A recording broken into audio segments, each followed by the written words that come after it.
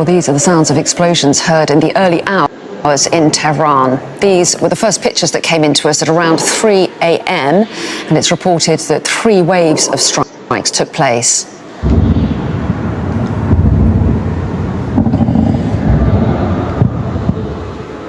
Well, several waves of explosions were heard across. daawwattoota keenya kabajamoo kun sa'aatii oduuti. Ardii miidiyaa neetwoorkii irraa oduu keenya maddeen amanamoo kanneen akka Aljazeeraa, Anaadooluu Ejensii fi adda addaa irraa kan walitti gurmeeffannee qopheeffanne kunoo amma hangafoota isaaniitiin eegalla nu wajjiin tura. Jalqaba irratti Fantaalletti ammas kirkirri lafaa mudate. Oduu baha giddu galeessaa irraa ammoo Tehiraan akka jettetti xiyyaaronni waraanaa Israa'el naannoo qilleensaa Iraaq irratti jiru kan Ameerikaan to'attu fayyadamuun Iraan haleeluu lakkoofsi namoota du'anii 4tti ol guddachaa jiru. Hojjettoonni waliigalaa raayyaa ittisa biyyaa Ameerikaa gocha yakka naannichaa tasgabbii dhabsiisuu Israa'el deeggaruun gahee giddu galeessaa taphatte jechuun himate. Oduma wal fakkaatuun ammas Afrikaan kibbaa doosiyeerii bal'aa mana murtii olaanaa UN'tti galmeessisuuf ragaaf fooraniskii duguuggaa sanyii Israa'el Gaazaa keessatti raawwatame mirkaneessuuf dhiyeessite. Afrikaan kibbaa guyyaa wiixataa kana mana murtii hooqaa idila addunyaatti yaadannoo Israa'el irratti dhiyeessuuf akka jirtu maddeen dippiloomaasii Anaadoolutti himaniiru. Hoogganaan dhaabbata mootummoota gamtoomanii gaaga'ama kaaba Gaazaa keessatti mudateen rifachuu ibsan aangawoonni Israa'elii gargaarsa namoomaa warra muraasa irraa kan hafe dhorkuu itti fufaniiru. Antoonii Guutarees kanneen amma dhageettan kunniin hangafoota oduu guyyaa har'aatiif qabanne yoo nu wajjin turtan babal'ina oduu kanaa ni dhageettu. Balballoomii oduu har'aatiif qabannetti yoo ceenu Fantaalletti ammas kirkirri lafaa mudate. Karrayyuu Fantaalleen lafti irra deddeebiin kirkiruun itti fufeera. Naannichatti sochiin lafa yaaddoo olaanaa hawaasatti uumeera kan jedhu gabaasni arganne kirkirri lafaa bakkichatti irra deddeebiin uumamaa jiraachuu barame.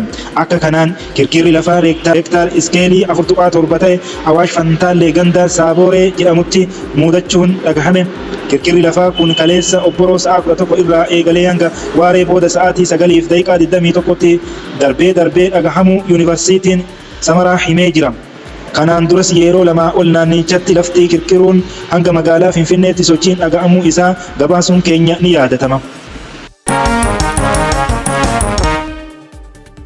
Oduu giddugala bahaa kanarraa nu gaheen ammoo Tehiraan akka jettetti xiyyaaronni waraanaa Israa'el naannoo qilleensaa Iraaq irraa jiru kan Ameerikaan to'attu fayyadamuun Iraan haleeluu lakkoofsi namoota du'anii 4tti ol guddachaa jira. Hojjettoota waliigalaa raayyaa ittisaa biyyaa Ameerikaa gocha yakkaa naannicha tasgabbii dhabsiisuu Israa'el deeggaruun gahee giddu galeessaa taphatte jechuun himatte.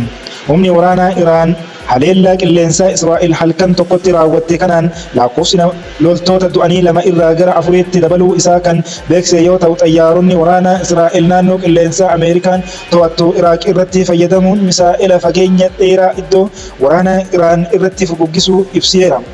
Ibsa hordoffii fi bal'aa kenneen hojjetaan waliigalaa raayyaa ittisa biyyaa Iraan misaa'iloonni fageenya dheeraa mataa waraanaa salphaa qaban hedduun daangaa Iraan ala gara kiiloomeetira 100 yookaan maayilii 62 irraa dhukaafamuu isaanii hubachiiseera.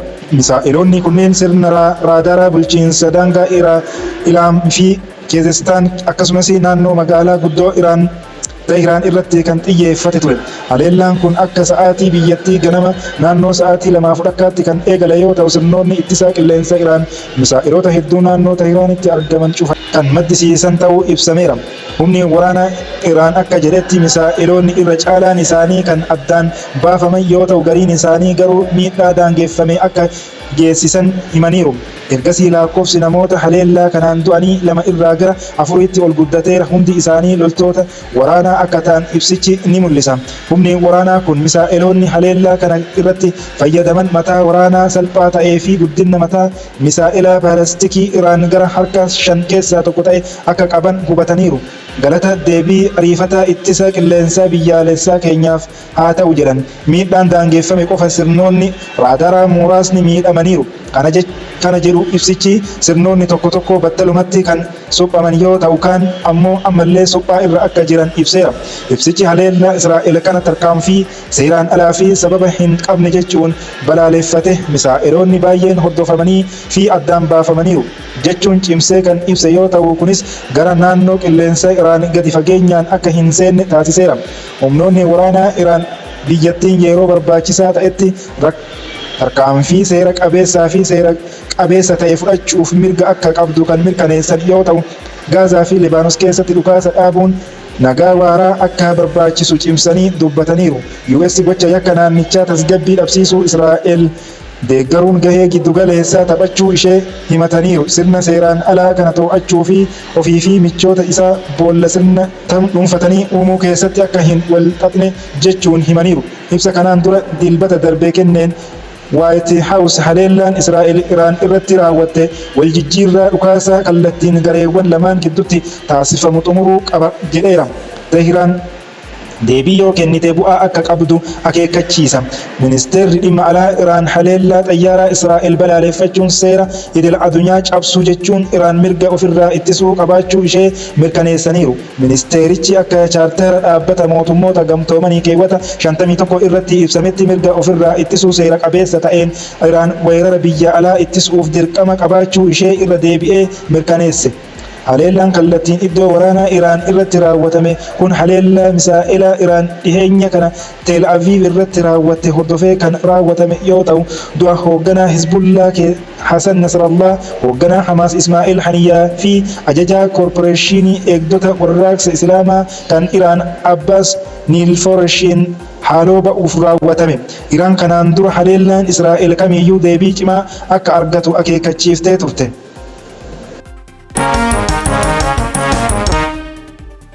Afrikaan kibbaa doosiyeerii bal'aa mana murtii olaanaa UN itti galmeessisuuf ragaa foraansikii duguggaa sanyii Israa'el Gaazaa keessatti raawwatame mirkaneessuuf dhiyeessite. Afrikaan kibbaa guyyaa wiixataa kana mana murtii haqaa idila addunyaatti yaadannoo Israa'el irratti dhiyeessuuf akka jirtu maddeen dippiloomaasii Anaatoolutti himaniiru. Afrikaan kibbaa Israa'el Falastiin keessatti duguggaa sanyii raawwachaa jirti jechuun dhimmi ishee mirkaneessuuf kaayyate isiniina yookaan wiixata har'aa murtii haqaa idil addunyaatti Israa'el irratti yaadannoo bal'aa dhiyeessuuf akka jirtu maddeen dippiloomaasii wiixata darbe Anaatooluuf mirkaneessaniiru. Maddi dippiloomaasii Afrikaa kibbaa tokko miidiyaa waliin haasa'uuf hayyama waan hin qabneef maqaan isaanii akka hin dhahamne gaafachuun yaadannoon kun isiniina yookaan wiixata dhufuu yookaan har'aa jechuudha akka galmaa'u Anaatoolutti himeera. Ministeerri dhimma alaa Afrikaa kibbaa Roonaald Laamolaan marsariitii oduu Deelii Meevirikitti akka himanitti yaadannoon kun ragaa dabalata bal'ina forensikii kana of keessaa qabu yoo ta'u, kun dhimma duguggaa sanyii amansiisaa qofa osoo hin taane dhugumatti duguggaa sanyii ta'uu isaa agarsiisuuf. Gabaasni kun akka jedhutti yaadannoo erga dhiyaate booda deebii kennan dhimma kana keessatti Israa'el hanga bara dhufuu adoolessa 28 yaadannoo faallaa galmeessuu qaba. Afrikaan kibbaa dhuma bara 2023 mana murtii Heegi keessatti argamutti Israa'el irratti himata duguggaa sanyii galfatte yoo ta'u, Israa'el onkololeessa darbe irraa eegalee Gaazaa irratti boombii darbattee turte. Waliigaltee duguggaa sanyii bara 1948 jalatti waadaa galte kabajuu dhabuu ishee ibsiteetti. Turkiyyee, Nikaraaguwaa, Falastiin, Ispeen, Meeksikoo, Liibiyaa fi Koolombiyaa dabalatee biyyoonni hedduun dhimmichatti makamaniiru. Dhimmicha baatii gurraandhalaa keessa dhaddacha uummataa gale. Manni murtii olaanaa baatii caamsaa keessa Israa'el haleellaa kibba Gaazaa magaalaa Raafaa keessatti raawwattu akka dhaabdu ajajeera. Paanaaliin abbootii murtii 15 qabu kun yeroo sadaffaaf ajaja dura lakkoofsa namoota du'anii to'achuuf gidira namoomaa naannoo ugguramee keessatti mul'atu salphisuuf kan barbaadu yoo ta'u, lakkoofsi namoota miidhamanii 44,000 qaxxaamuree jira.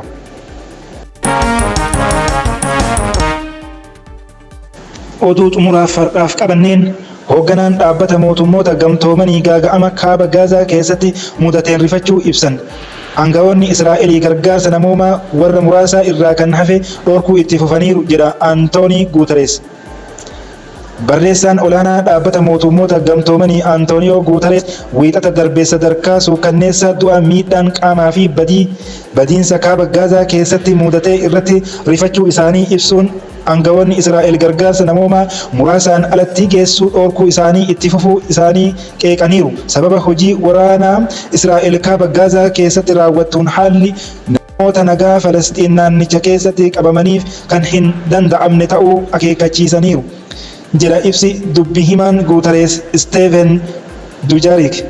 Hoogganaan dhaabbata mootummoota gamtoomanii kun haala murteessaa Jabaliyaa, Beeti Laahiyaa fi Beeti Honen keessatti mul'ate cimsanii kan dubbatan yoo ta'u, namoonni nagahaa kunuunsa yaalaa barbaachisaa nyaata yookiin bakka jireenyaa osoo hin argatin caccabaa gamoowwanii jalatti qabamaniiru. Aangawoonni Israa'el warra muraasaan ala gargaarsa namoomaa akka hin geenye dhorkuu itti fufaniiru. Keessattuu kan yaaddeessu duula talaallii pooliyoo yeroo biraatti darbuu isaatti ibsi kun daa'imman kumaatamaan lakkaa'aman balaadhaaf saaxila jedhu. Keessumaa duula talaallii pooliyoo yeroo biraatti darbuun daa'imman kumaatamaan lakkaa'aman balaadhaaf saaxiluu isaatiin yaaddessaa ta'uu ibsichi ni mul'isa. Waldhabdeen kun seera namoomaa idil addunyaatiif xiyyeeffannoo xiqqoo kennuudhaan akka gaggeeffamu cimsanii ibsuun Guutarees hatattamaan dhukaasa hoji'amtoota hundaa haalduree tokko malee akka gadhiifamanii fi itti gaafatamummaa maqaa dhala namaatiin gaafataniiru. Barreessaan muummichaa kun hojjettoota gargaarsaa namoomaa fi deebii jalqabaa naannichaa eeguun hatattamaan barbaachisaa ta'uu ibsuun hojiin isaanii murteessaan haala mijeessuu fi eegumsa argachuu qaba. Murteen mana maree nageenyaa dhaabbata mootummoota gamtoomanii dhukaasa hatattamaan akka dhaabbatu gaafatus erga bara darbee haleellaa Hamaas raawwatameen booda waraanni Israa'el haleellaa hamaa naannoo Gaazaa irratti raawwate itti fufee jira. Ergasii namoonni gara 43,000 ta'an kan du'an yoo ta'u, irra caalaan isaanii dubartootaa fi daa'imman yoo ta'u, kanneen biroo 100,000 ol ammoo madaa'uu isaanii qondaaltonni fayyaa naannoo himaniiru. Weerarri Israa'el kun uggura itti fufee jiruun hanqinni nyaataa, bishaan qulqulluu fi qorichaa hamaa ta'e keessatti uummata naannoo sanaa hunda jechuun ni danda'ama buqqisaa jira. Israa'el gocha Gaazaa keessatti raawwatte mana murtii haqaa idil addunyaattis himannaan duguggaa sanyii isaa mudata. Daawwattootaa fi dhaggeeffattoota Ardii Miidiyaa Neetwoork oduun keenya kaadhaaf qabanne kanuma odeeffannoo barbaachisoo fi amansiisoo maddeen amanamoo irraa guyyaa guyyaan kan isin biraan kennu kanumaan raawwanneera. Kan biraa akka saffisaan isin bira ga'uuf ammoo toora YouTube chaanaalii kennaa fi akkasumas Telegiraamii, Taaktookii, Feesbuuka, sooshaal miidiyaa kana hundaan kan jiru sabiskiraayib godhaa maatii kennataa as makama nagahaan nu oola.